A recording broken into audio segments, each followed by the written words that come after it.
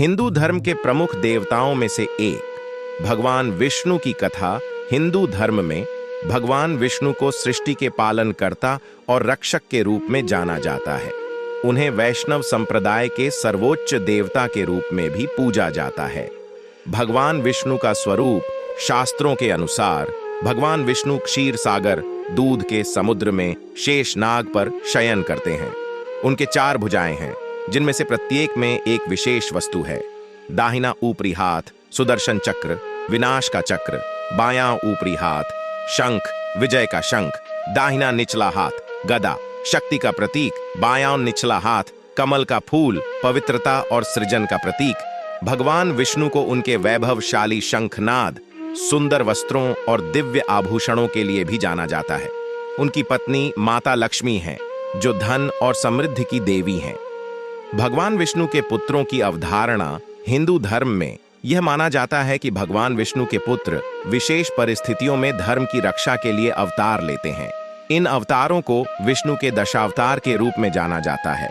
इन दशावतारों में शामिल हैं मत्स्य, मछली, कूर्म, कच्छप, वराह, सुअर, नरसिंह, आधा सिंह, आधा मनुष्य, वामन, बौना, परशुराम, रामकृष्ण, बलराम, कल्कि, भविष्य का अवतार।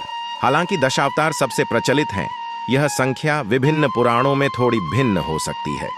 कुछ ग्रंथों में भगवान विष्णु के 24 अवतारों का वर्णन मिलता है। यह ध्यान रखना महत्वपूर्ण है कि भगवान विष्णु को पारंपरिक अर्थों में संतान पैदा करने वाला नहीं माना जाता है। उनके पुत्र विभिन्न रूपों में प्रकट होते हैं, जो ब्रह्मांड के संतुलन को बनाए रखने और धर्म की रक्षा करने के लिए आवश्यक होते हैं। भगवान विष्णु की कथाओं का सार। भगवान विष्णु से जुड़ी कई कथाएं हैं, जिनमें से प्रत्येक ब्रह्मांड के संचालन और सृष्टि के कल्याण में उनकी भूमिका को दर्शाती है। इन कथाओं में से कुछ प्रसिद्ध उदाहरण हैं। समुद्र मंथन। इस कथा में देवताओं और राक्षसों ने मिलकर अमृत प्राप्त करने के लिए क्षीर सागर का मंथन किया। भगवान विष्णु कूर्म, कच्छप के रूप में प्रकट हुए और मंदार पर्वत को अपनी पीठ पर धारण किया, जिससे मंथन की प्रक्रिया सुचारू रूप से चल सकी। वामन अवतार। इस कथा में दानव राजा बलि ने 3 पांव भूमि मांगने का वरदान प्राप्त किया था। भगवान विष्णु वामन रूप में प्रकट हुए और अपने 3 पांव में स्वर्ग, पृथ्वी और पाताल लोक को नाप लिया। राम अवतार। भगवान विष्णु ने धर्म की स्थापना के लिए राजकुमार राम के रूप में जन्म लिया। उन्होंने राक्षस राजा रावण का वध किया और माता सीता का उद्धार किया। कृष्ण अवतार।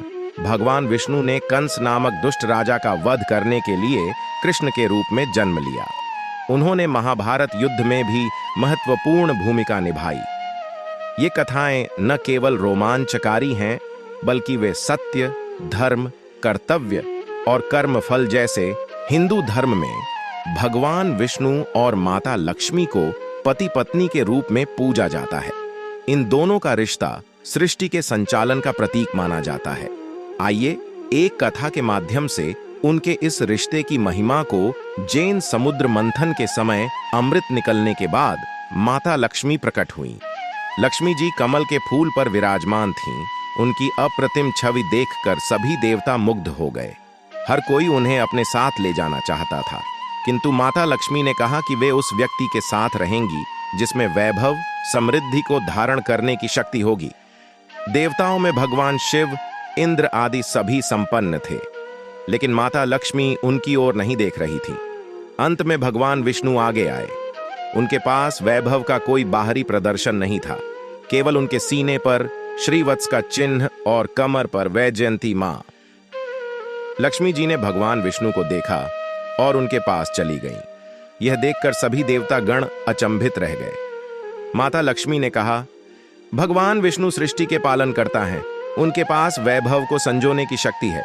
वे धर्म की रक्षा करते हैं और दान देने में अग्रणी हैं। वहीं मेरे स्वरूप का सच्चा अर्थ दान के बिना अधूरा है, इसीलिए मैं उन्हीं के साथ रहूंगी। इस प्रकार माता लक्ष्मी भगवान विष्णु की पत्नी बनी। भगवान विष्णु के वैष्णव धाम शेषनाग पर उनका विश्राम स्थल में माता लक्ष्मी उनके साथ निवास करती हैं। भगवान विष्णु अपने विभिन्न अवतारों में भी माता लक्ष्मी का साथ लेते हैं, जैसे राम अवतार में सीता के रूप में और कृष्ण अवतार में रुक्मणी के रूप में। कथा का सार यह कथा बताती है कि सच्चा वैभव केवल धन दौलत से नहीं बल्कि धर्म, दान और सद्गुणों से आता है।